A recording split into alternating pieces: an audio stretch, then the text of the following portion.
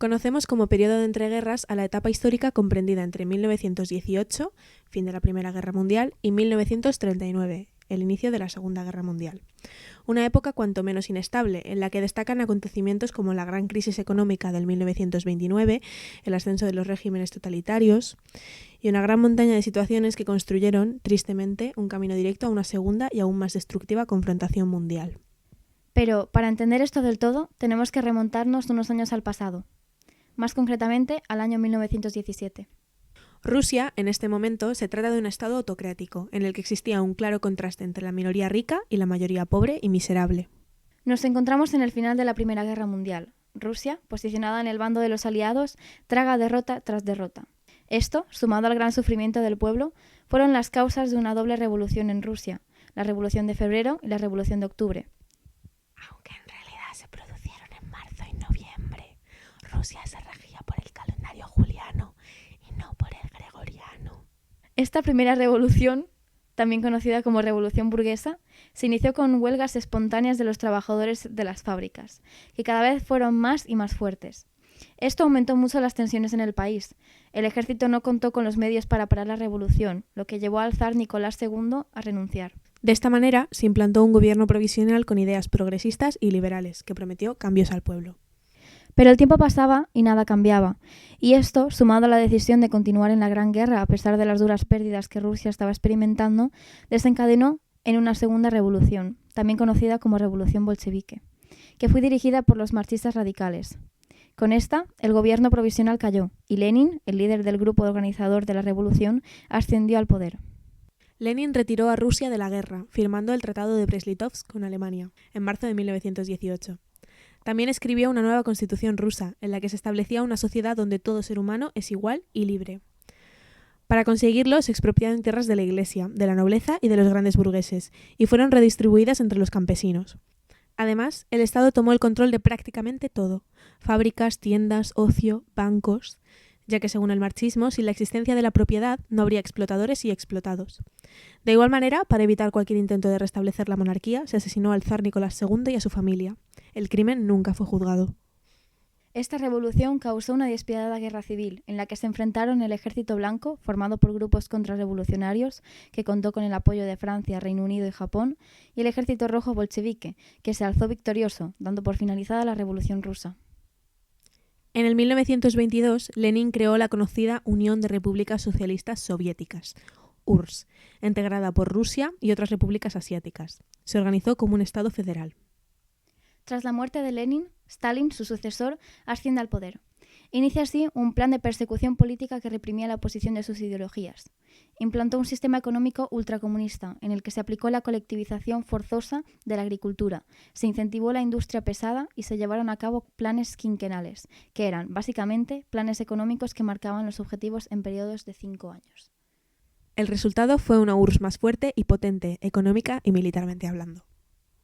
Mientras tanto, al otro lado del mundo, los estadounidenses disfrutan de una maravillosa época de prosperidad, los felices años 20. Los aliados habían salido victoriosos de la Primera Guerra Mundial, y en especial Estados Unidos, país que se unió a la guerra casi al final.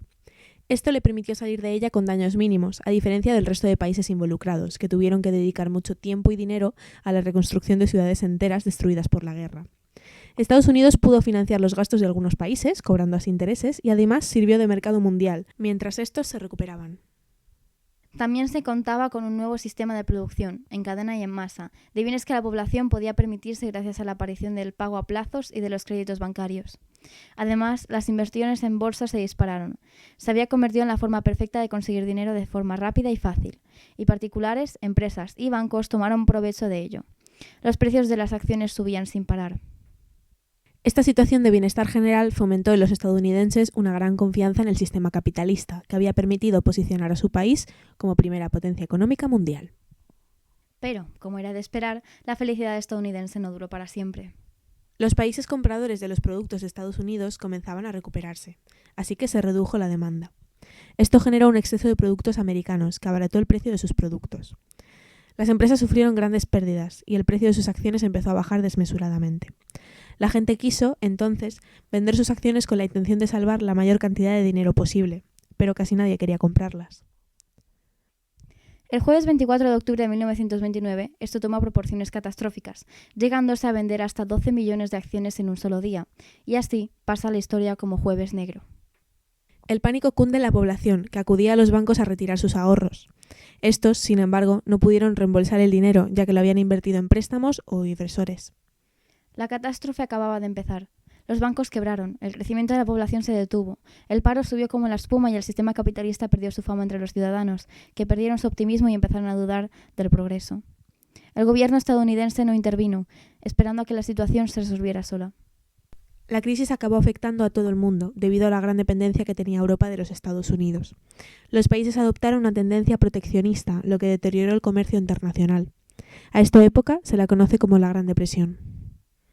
Roosevelt ascendió entonces en Estados Unidos al poder, en 1933, e implantó el conocido New Deal, basado en las ideas de John Maynard Keynes.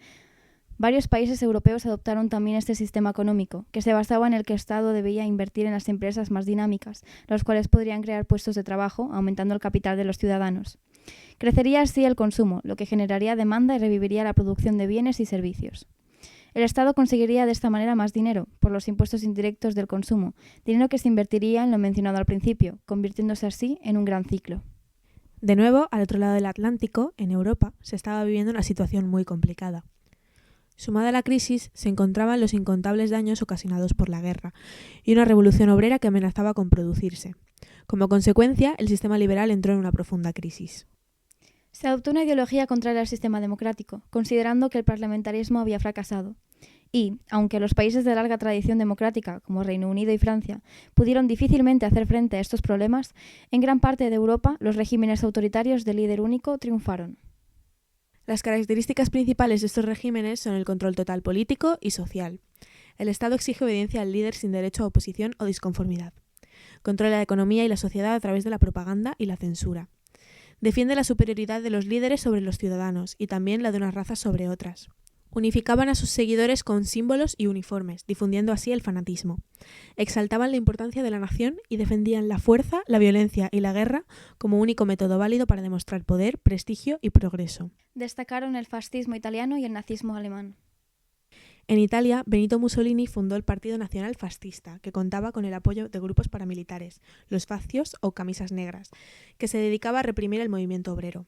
Los burgueses, la Iglesia y el rey Víctor Manuel II apoyaron a este grupo. Para acceder al poder, Mussolini organizó una marcha sobre Roma, acompañado de las Camisas Negras. El rey, así, nombró a Mussolini dirigente del gobierno. En Alemania pasaba algo parecido. En el Tratado de Versalles, las condiciones de paz para Alemania eran realmente duras, ya que este país había sido considerado culpable de la Primera Guerra Mundial. Si le sumamos a esto la situación económica del mundo, tenemos un resultado bastante oscuro. El descontento popular ante la injusta situación llenaba las calles alemanas de manifestaciones de toda índole. El nazismo surgió alrededor de Adolf Hitler y del Partido Nacionalsocialista de los Trabajadores Alemanes, que también tenía una organización paramilitar llamada Secciones de Asalto, que combatía el comunismo. De esta manera se ganó el soporte de burgueses y personas de clase media arruinadas, y en especial de los capitalistas contrarios al comunismo. El nazismo defendía la determinación biológica como el factor decisivo en la definición de labores que ha de ejecutar una persona. El partido nazi ganó las elecciones en 1932 y Hitler fue nombrado canciller de Alemania. Puso fin a la república existente y proclamó el Tercer Reich. Implantó una durísima dictadura, prohibió la oposición anulando derechos y libertades fundamentales, dirigió la economía, la educación y el ocio a través de la censura. Y mediante la propaganda consiguió unanimidad social con respecto a la superioridad de la raza aria y la persecución de los judíos, a quienes culpaba de la terrible situación alemana. El antisemitismo fue un problema realmente grave en este periodo, en el que se aprobaron más de 1.400 leyes contra los judíos. Se les impidió el acceso a ciertos puestos de trabajo, sus negocios fueron atacados y boicoteados. Se les prohibió la ciudadanía, decidir en el país, se destruyeron las sinagogas y les obligaron a identificarse con la estrella de David, cosida visiblemente en sus ropas. Pero esto no fue en absoluto lo peor, que llegaría con la Segunda Guerra Mundial. La huida por todos, solución final, cuyo objetivo fue, esencialmente, la exterminación absoluta de esta raza. Para conseguirlo se crearon campos de concentración, donde trasladaban y examinaban a los judíos, para después seleccionar a los más fuertes y obligarlos a realizar trabajos pesados. Mientras tanto, las mujeres, niños, enfermos y ancianos se trasladaban a cámaras de gas, donde serían asesinados. Los cadáveres se incineraban o se lanzaban a fosas comunes sin ningún tipo de piedad.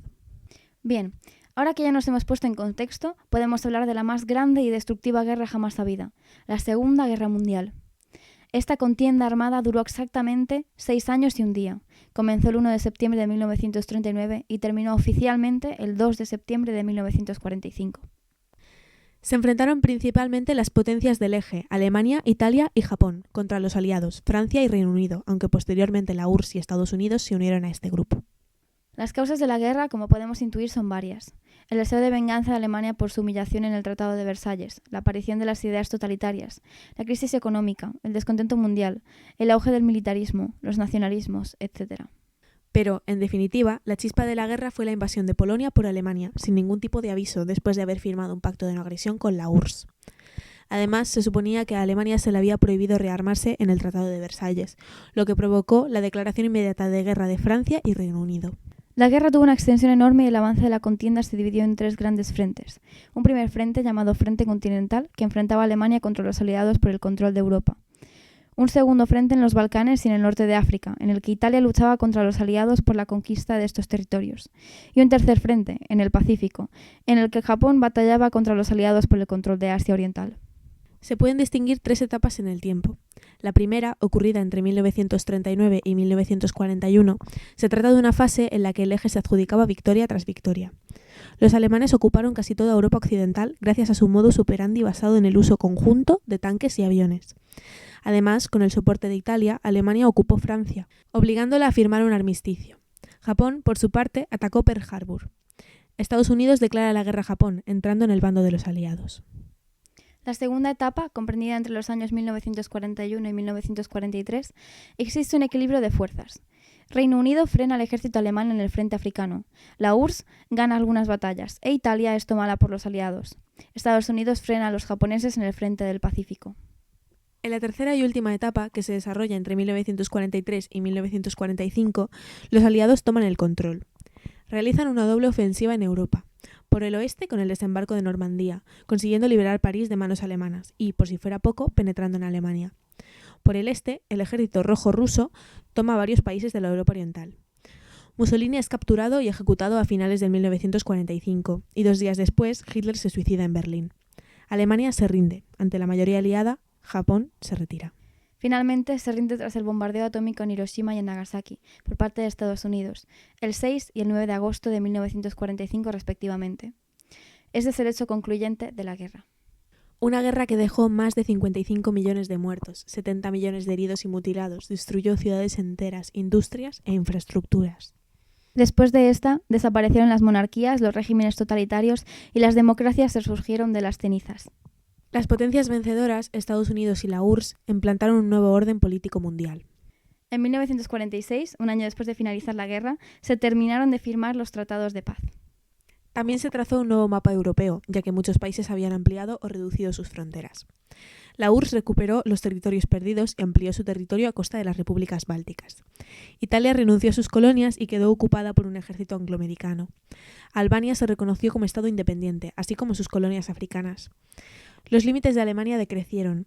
Perdió territorios al este, que se repartieron entre Polonia y Rusia. Quedó dividida por 4 zonas de ocupación aliada. Japón devolvió territorios ocupados chinos, fue sometido a la administración estadounidense. Conservó la figura del emperador, pero se les obligó a democratizar sus estructuras. Estados Unidos, por último, ocupó varias islas del Pacífico.